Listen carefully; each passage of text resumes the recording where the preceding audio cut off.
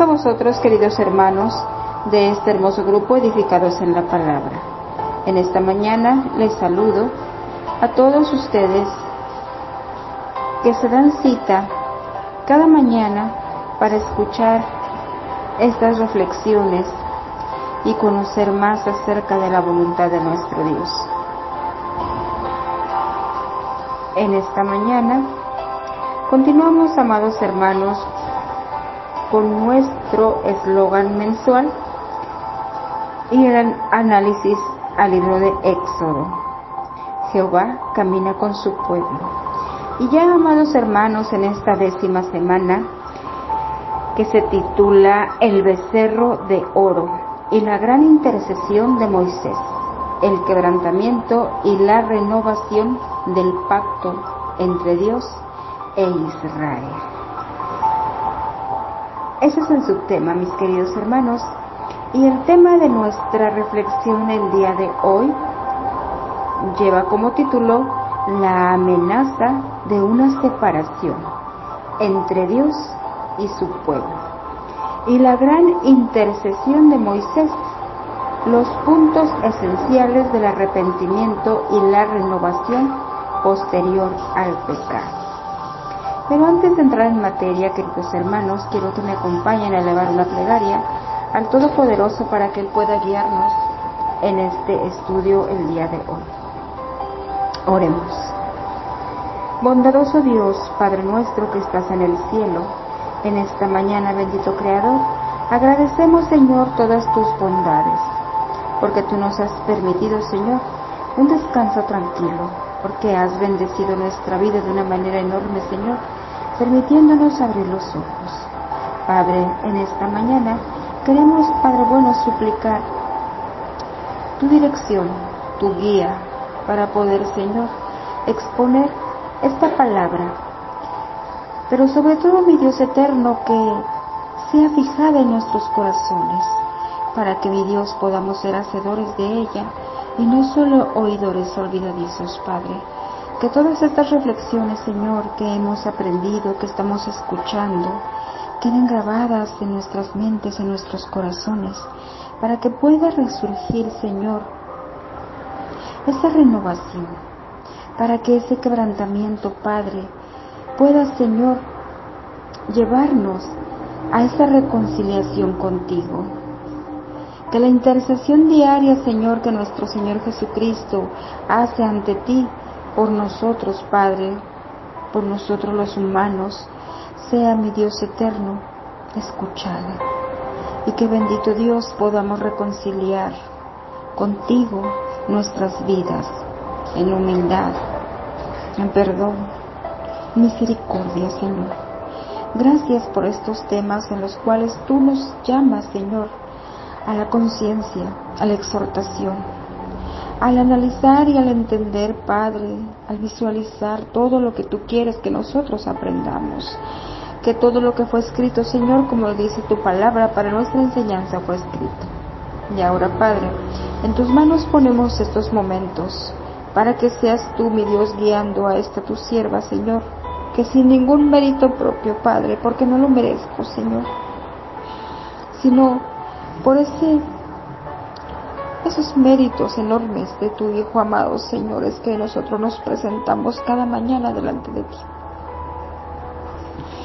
Perdona, Padre, nuestros pecados y ayúdanos, Señor, a ser fieles y a caminar con rectitud delante de tu presencia, Dios. Gracias, bendito Dios, en el nombre de tu Hijo amado Jesús. Amén. Nuestra cita base, amados hermanos, se encuentra en el libro de Éxodo, capítulo 33, versículos del 1 al 23, que no los vamos a leer, hermanos, porque los vamos a ir analizando paulatinamente cada versículo durante la exposición.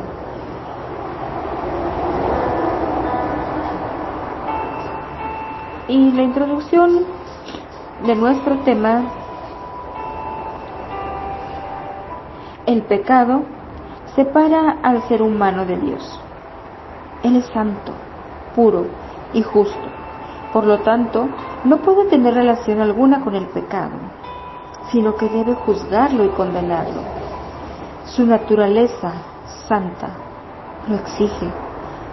Sin embargo, hay un atributo de su naturaleza que es aún más importante en este punto, hermanos, que vamos a analizar. Dios es amor. Él es misericordioso y clemente. Él tiene que mostrar su amor al hombre. Por eso, también tiene que hacer justicia a favor de todos los que han sido heridos o han recibido un trato injusto por parte de algunas otras personas. Él tiene que impartir justicia sobre todos los pecadores e impíos de la tierra. Esa es la razón por la que Él estableció que habrá un día del juicio. Dios debe hacer justicia sobre la tierra, amados hermanos. Y eso precisamente, hermanos, fue lo que experimentaron los israelitas. Ellos acababan de pecar, de quebrantar su pacto con Dios, de desobedecerle y de rechazarlo. Habían transgredido uno de esos 10 mandamientos.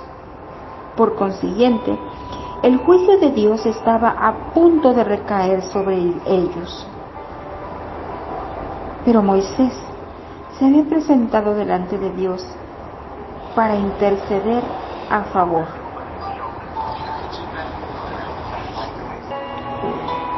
Se había presentado, hermanos, para interceder a favor de ellos. Moisés oró y oró, pidiéndole que perdonase al pueblo.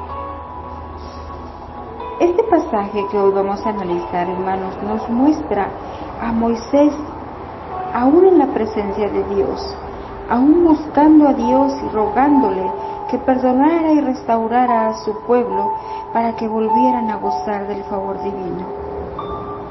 De eso se trata el importante pasaje que examinaremos hoy a continuación. La amenaza de una separación entre Dios y su pueblo y la gran intercesión de Moisés. Ese es el título que hoy nos ocupa de nuestro tema, como ya les había comentado. Y los puntos esenciales es el arrepentimiento y la renovación posteriores al pecado. El primer punto que vamos a analizar, escuchar el llamado de Dios y su advertencia de que el pecado hace que Dios quite su presencia, su propia persona de nuestras vidas. El segundo punto que analizaremos, hermanos, es arrepentirse, que esto es importante, que lo reconozcamos y pidamos perdón. El tercer punto es entender que Dios sí quita su presencia y sí castiga a su pueblo que desobedece. El cuarto punto, interceder por la restauración y la renovación, pidiendo que Dios manifieste su presencia en plenitud y conceda su guía en todos los sentidos. Y eso lo vamos a ver en el verso 12 y al 17. Y el quinto y último punto, hermanos, es suplicar, conocer al Señor más y más cada día. Vamos a entrar al primer punto, que es esencial para alcanzar la restauración. El hombre debe dar oídos al llamado de Dios y su advertencia de que el pecado hace que Él quite su presencia. El llamado de Dios a Moisés, Él lo mandó que partiera del monte Sinaí y continuara su camino hacia la tierra prometida. Dios había hecho una promesa a Abraham, Isaac y Jacob. Eso lo vemos en el verso 1. Si ellos creían a Dios, si realmente le creían y lo seguían, Él les daría la herencia gloriosa de la tierra prometida, una tierra que fluye leche y miel, y que les daría descanso de todos sus enemigos. Dios siempre cumple sus promesas. El hombre puede ser infiel, mis queridos hermanos, pero Dios sigue siendo fiel. El ser humano puede quebrantar sus compromisos con Dios, pero Dios no quebrantará su pacto con él jamás. Los israelitas habían cometido un pecado terrible y deplorable. Habían pecado y transgredido su pacto y compromiso con Dios. Ellos se habían apartado de Dios voluntariamente y habían vuelto al mundo, a la adoración falsa y a los banqueteos y borracheras, los bailes y las inmoralidades. El juicio de Dios estaba a punto de recaer sobre ellos, pero Moisés intercedió por el pueblo, oró fervientemente y por mucho tiempo pidiéndole que perdonara el terrible pecado de Israel. Dios escuchó la oración de Moisés y perdonó su pecado. Ahora era el momento de levantarse una vez más y reanudar el viaje hacia esa tierra prometida. Observemos, mis hermanos, que para que Dios ya no es diaria su presencia y su guía de forma personal e ilimitada, como lo dice el verso 3, tengamos en cuenta que esto también constituía una amenaza y una advertencia de parte de Dios. Él quitaría su presencia y su guía, su protección personal. Y las razones de ello era porque el pueblo era obstinado, era pecador, era de dura cerviz, era terco y desobediente. Y Dios no podía habitar en su presencia donde hubiera pecado. No puede. Su santidad, su justicia, su pureza no puede estar en donde hay pecado. Por lo tanto, cuando una persona peca, hermanos, Dios hace justicia y se aleja.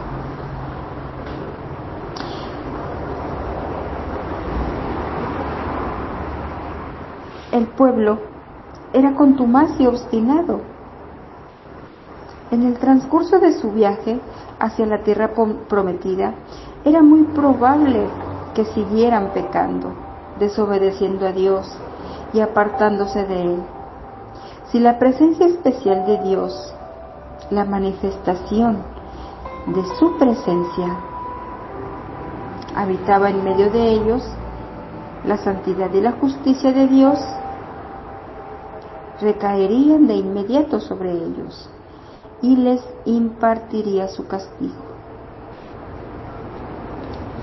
El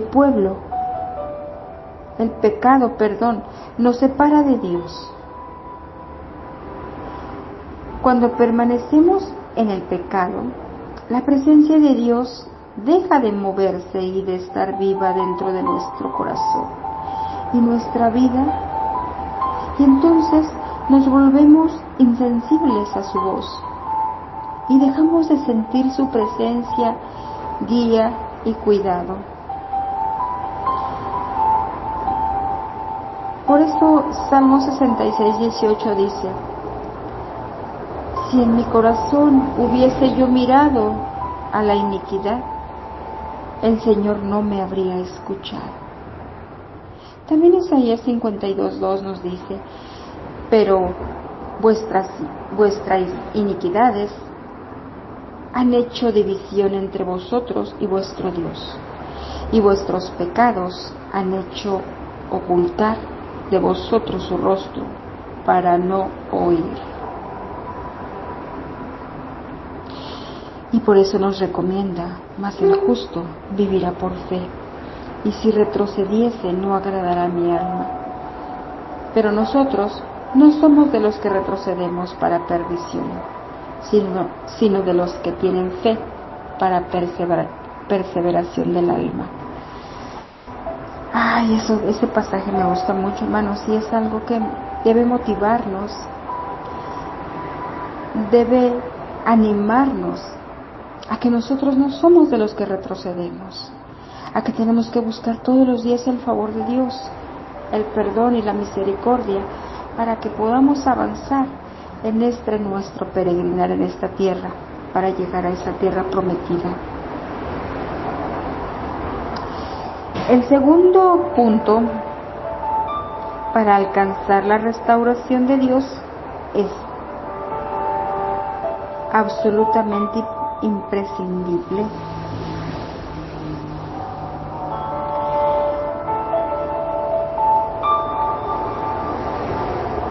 Dios dijo y retiró su presencia personal. Les dijo que ya no los guiaría. Y eso afligió a los israelitas. Y se quedaron muy preocupados, consternados y atribulados. Sabían que las cosas no marcharían bien, no por completo, en su relación con Dios. Pero veamos lo que sucedió. Dice que el pueblo empezó a vestirse de luto y se arrepintió. Eso lo vemos en el verso 4 y 5. Se arrepintió, y ese arrepentimiento está simbolizando el hecho de que ya no se vistieron de joyas, porque esas joyas son un claro símbolo de lo mundano, una señal de su carnalidad, de que la persona busca atraer la atención de los demás hacia su propia carne y su propia persona.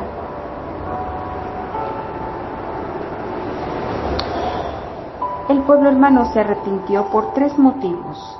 El primero, porque oyeron que Dios les había llamado obstinados y pecadores. El segundo punto por que se arrepintieron fue porque oyeron la advertencia del juicio de Dios, que si seguían pecando, Él los destruiría. Y el tercero, oyeron que Dios les exigió que se arrepintieran y se despojaran de sus joyas, lo cual simboliza que estaban verdaderamente arrepentidos y de luto por su pecado. El arrepentimiento, mis hermanos, es esencial. Es esencial para alcanzar la restauración. Cuando pecamos, debemos arrepentirnos. No debemos permanecer en nuestra obstinación y en el pecado. Debemos dar oídos a la advertencia de Dios, a no seguir pecando, porque su juicio traerá sobre nosotros. Debemos escuchar lo que Dios exige para el arrepentimiento, que nos despojemos de todas las marcas de nuestra mundanalidad, de todo como hace un rato comentamos, de todo lo que atraiga la atención hacia nosotros, de todo ese esplendor que a veces yo creo que tengo, de toda esa soberbia, de toda esa vanagloria, porque despojarnos de todo esto que Dios les dijo a ellos era señal precisamente de dejar toda su mundanalidad y buscar en santidad a Dios. Por eso, Segunda de Crónicas 7:14 nos dice muy claramente: si se humillare mi pueblo, sobre el cual mi nombre es invocado, y oraren, y buscaren mi rostro, y se convirtieran de sus malos caminos, entonces yo oiré desde los cielos y perdonaré sus pecados y sanaré su tierra. Y también dice: mas el impío, si se apartare de todos sus pecados que hizo, y guardare todos mis estatutos, e hiciere según el derecho y la justicia, de cierto vivirá, no morirá. Ezequiel 18:21. Así que arrepentíos y convertíos, para que sean borrados vuestros pecados, para que vengan de la presencia del Señor tiempos de refrigerio. Hechos 3:19. Y así durante toda la Biblia, mis amados hermanos, encontramos versículos que nos llaman al arrepentimiento. En el Antiguo y el Nuevo Testamento el Señor nos está llamando a arrepentirnos de nuestros malos caminos. Por eso dice en Hechos 8:22: arrepiéntete pues de estas tus maldades y ruega a Dios si quizá antes te sean perdonado el pensamiento de tu corazón. Pero Dios, habiendo pasado por alto los tiempos de esta ignorancia, ahora manda a todos los hombres en todo lugar que se arrepientan. Hechos 17:30. Entonces, hermanos, el Señor requiere de ese arrepentimiento para que haya esa restauración. Si no nos arrepentimos, no podremos ser restaurados. Este es el segundo punto, hermanos. Y vamos a ver el tercer punto, que también es esencial para la restauración, y está relacionado con nuestro entendimiento, porque debemos comprender que Dios sí castiga a su pueblo cuando pecamos, y también quita su presencia cuando una persona peca. Y ya también les había comentado que deja de ser sensible a la presencia de Dios. Perdemos la percepción profunda de la guía de Dios y la seguridad de su cuidado y la protección que Él da. Dios empieza a parecernos lejano, cada vez más distante y a la vez hasta inalcanzable, hermanos. Cuando no reconocemos el pecado, cuando no nos arrepentimos, cuando continuamos en una vida de desobediencia y no alcanzamos esta restauración, Dios nos parece más lejano. Es que el Señor, ya vimos que Él no habita en el pecado.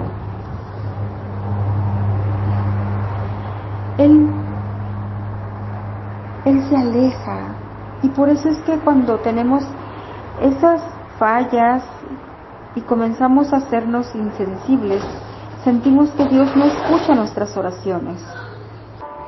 Y esto, mis queridos hermanos, fue lo que le sucedió a los israelitas. Dios ya les había avisado y les había dicho que los castigaría por su terrible pecado. Él los amaba tanto como nos ama a nosotros.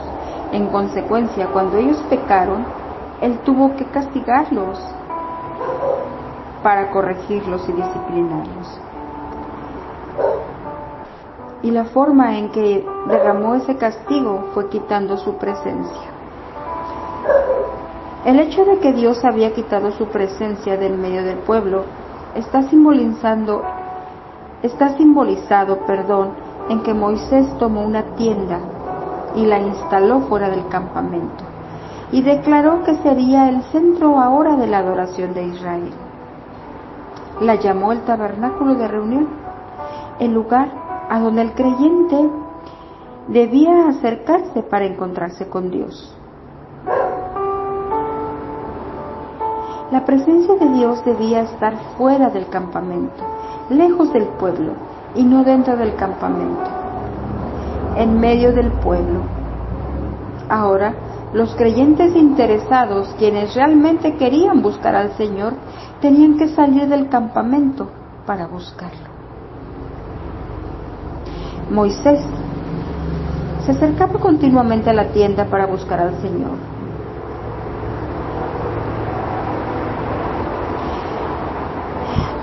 Quien intercedía porque no quitará su presencia de entre su pueblo.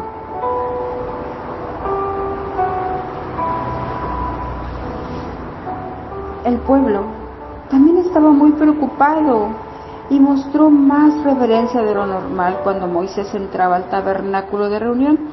Todos los israelitas se levantaban y se dirigían a la puerta de sus tiendas. Imagine la escena: varios millones de personas interrumpiendo lo que estaban haciendo, donde estuvieran, para caminar hacia la entrada de sus tiendas y quedarse de pie en un momento de oración y silencio, mientras su mediador, Moisés, se acercaba a Dios para interceder a favor de ellos. Cuando Moisés entraba en el tabernáculo, la columna de nube, la presencia del Señor descendía y se cernía sobre la entrada de la tienda.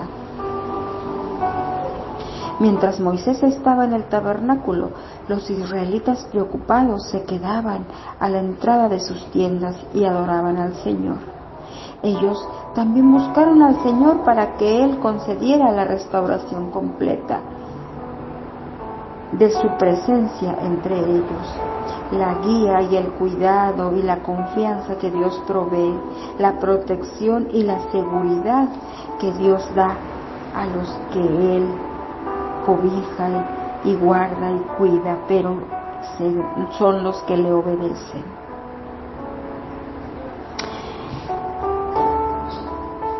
Dios hablaba con Moisés cara a cara, como habla cualquier persona con su amigo. Eso nos lo dice el verso 11. Tan solo imagínense, hermanos, la gloriosa experiencia que Moisés había vivido con Dios. Esos momentos obviamente fueron revelaciones especiales que Dios concedió a Moisés, manifestaciones especiales de su presencia y de su voz. Recuerde también el gran llamado que Dios había hecho a Moisés y la asombrosa tarea que le había asignado: liberar al pueblo de Dios, sacarlo de la esclavitud, organizarlo y establecerlo como nación, y guiarlo a través de un peregrinaje por el desierto que duraría 40 largos años.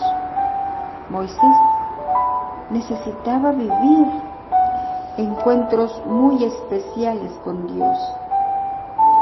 Su llamado y su tarea probablemente hayan sido los más difíciles que alguna vez se le haya encomendado a algún ser humano.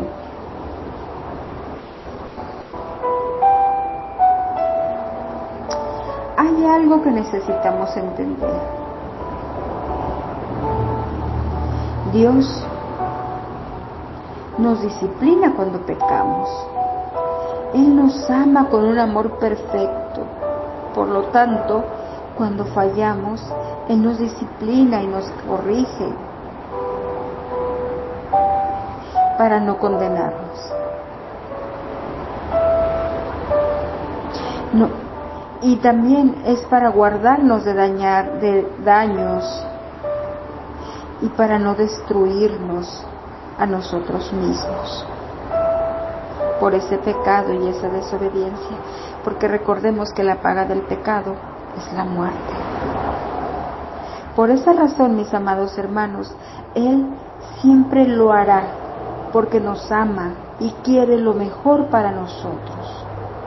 Por eso su palabra dice: bienaventurado el hombre a quien Jehová corrige y en su ley lo instruye. Salmos 94, 12. Y también, hermanos, Proverbios 3, 11, 12 nos dice: no menosprecies, hijo mío, el castigo de Jehová, ni te fatigues de su corrección, porque Jehová al que ama castiga, como al padre al hijo a quien quiere. Porque también nos exige, hermanos, y también nos dice claro que todo pámpano que en mí no lleva fruto lo quitaré, y todo aquel que lleva fruto lo limpiaré para que lleve más fruto. Entonces, ese proceso de restauración también implica, hermanos, una limpieza que el Señor hace en nosotros, un tratamiento que tiene que aplicarnos para trabajar en las áreas nuestras que no van conforme a su voluntad. Dice, y habéis ya olvidado la exhortación que como a hijos se os dirige diciendo, Hijo mío, no menosprecies la disciplina del Señor, ni desmayes cuando eres reprendido por Él, porque el Señor al que ama disciplina y azota a todo el que recibe por hijo. La palabra de Dios es extensa, hermanos, en recomendaciones, lo seguimos haciendo hincapié. La palabra siempre nos va a exhortar y nos va a guiar para poder hacer lo correcto delante de Dios. Y el cuarto punto, hermanos, que también tenemos que ver para la restauración es interceder, la intercesión. Invertir tiempo en la oración, en una oración atenta y diligente.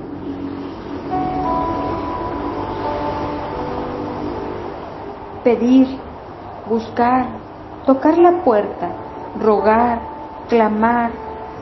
Una vez que el creyente, o que a veces hemos pecado, amados hermanos, la única forma de que sea totalmente restaurado y que recupere una sensibilidad total a la presencia y la guía de Dios es interceder. El creyente debe buscar el rostro de Dios para hallar perdón y restauración.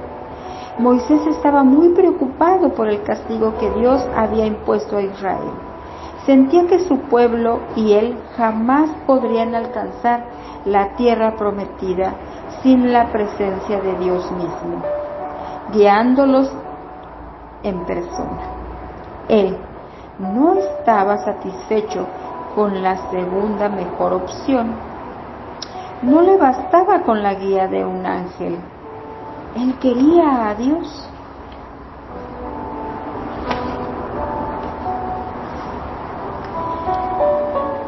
Hasta ahora, nada habéis pedido en mi nombre. Pedid y recibiréis para que vuestro gozo sea cumplido. La intercesión de Moisés por Israel lo convierte en un tipo de Cristo. Él se presentó delante de Dios como el mediador e intercesor de Israel, rogando que Dios perdonara los pecados del pueblo y restaurara por completo su presencia en medio de ellos. De nuevo, Moisés aquí es un tipo de Cristo en su ministerio intercesor. Y la palabra de Dios nos dice, por tanto, yo le daré parte entre los grandes y con los fuertes repartirá despojos, por cuanto derramó su vida hasta la muerte y fue contado con los pecadores, habiendo él llevado el pecado de muchos y orado por los transgresores. Isaías 53:12. Y también Primera de Timoteo 2, 5 al 6 nos dice, porque hay un solo Dios y un solo mediador entre Dios y los hombres, Jesucristo hombre, el cual se dio a sí mismo en rescate por todos, de lo cual se dio testimonio a su debido tiempo. Y Primera de Juan 2, 1, 2 nos dice, hijitos míos, estas cosas os escribo para que no pequéis. Y si alguno hubiere pecado, abogado tenemos para con el Padre, a Jesucristo el justo, y Él es la propiciación por nuestros pecados, y no solamente por los nuestros, sino también por los de todo el mundo. Primera de Juan 2, 1, 2. Y el quinto punto, mis amados hermanos, y último, para adquirir un crecimiento espiritual, tenemos que tener un pleno conocimiento de Dios. En la intercesión, adquiriendo madurez. Este quinto y último punto esencial para la restauración es el crecimiento espiritual. Suplicarle a Dios que nos permita conocerle más y más. Lo que Moisés hizo es alentador y conmovedor para el corazón del creyente genuino, que busca alcanzar eso mismo que Moisés anhelaba, experimentar más de la gloria de Dios, conocerlo más y más. Moisés hizo un pedido audaz, pero a la vez humilde. Pidió a Dios que le mostrara su gloria. Él quería estar seguro y tener un mayor conocimiento de Dios, una relación más cálida y cercana con Dios, una comunión más íntima con Él y una experiencia más profunda de la gloria de Dios. Y esto es lo que todos y cada uno de los creyentes tenemos que buscar, hermanos, conocer más a Dios por medio de su palabra, una relación más cálida por medio de la oración, una comunión más íntima con Él en la oración, en la intercesión de los unos por los otros, y una experiencia más profunda de su gloria cuando alcanzamos esta restauración, ese perdón y esa comunión con Dios. Y Moisés quería más y más de Dios en su vida, quería tener un lazo estrecho con Él. Y el Señor prometió revelarle su bondad, es decir, todo lo que Dios es, su amor, su misericordia, su gracia e incluso su santidad y justicia. Cuando Dios hace justicia y derrama su juicio sobre la maldad, Él es bueno porque corrige el daño que el mal y la injusticia han infligido en el pueblo. Y a su propio nombre, la persona que busca conocer más y más de Dios recibirá lo mismo que Dios prometió darle a Moisés, una revelación de su bondad. El Señor prometió revelar su nombre a Moisés. El nombre de Dios es el Señor Jehová, el Dios de la revelación, de la salvación, la liberación y la redención.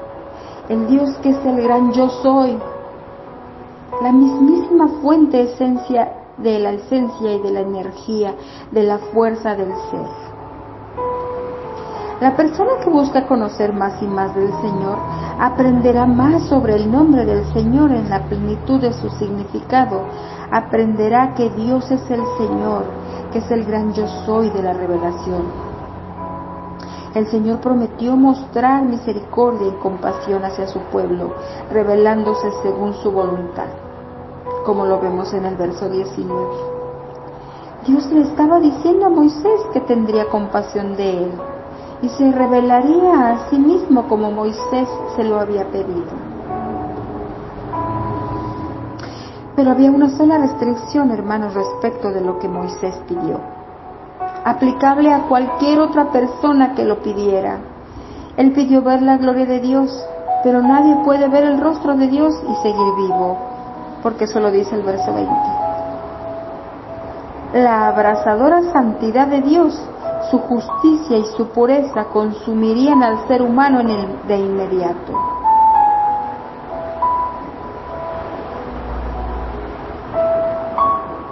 Por lo tanto, Dios no permitiría a Moisés ni a ningún otro ser del universo ver su rostro. Ahora bien, Dios sí respondió a la oración de Moisés. Él le mostraría tanto de su gloria como pudiera soportar, y lo que necesitaba ver solamente. Lo que Moisés vivió fue una experiencia tan maravillosa que tan solo pudo describirla como la Escritura la ilustra en 3 simples versículos. Dios dijo a Moisés que se pasara sobre una roca en particular, sobre una roca en particular. Luego también lo puso en una hendidura de la peña, lo cubrió con su propia mano y finalmente quitó su mano para dejar a Moisés que viera sus espaldas. Debemos buscar conocer al Señor, mis amados hermanos, cada vez más. Debemos buscar continuamente tener un mayor conocimiento de Él, una fe y un compromiso de Dios más sólido, una relación más estrecha y cálida con Él, una comunión más íntima con Él, una experiencia más profunda de su gloria. Como lo dice su palabra, vosotros sois testigos, dice Jehová, y mi siervo que yo escogí para que me conozcan y crean y entiendan que yo mismo soy. Antes de mí no fue formado Dios, ni lo será después de mí. Isaías 43:10. Y ahora, mis hermanos, entonces tenemos que entender que tenemos que buscar a nuestro Dios, que tenemos que amarlo, que tenemos que humillarnos ante Él si hemos pecado, que tenemos que buscar su presencia y una comunión íntima por medio de la oración.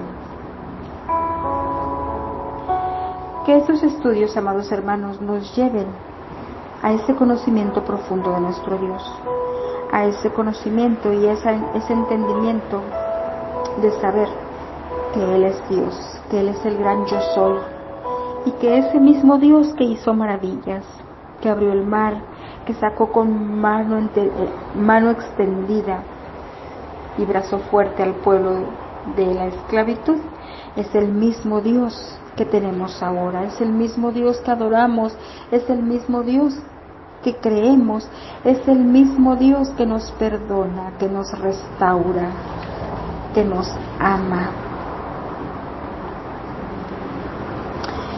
y que nos permite alcanzar esa renovación y esa restauración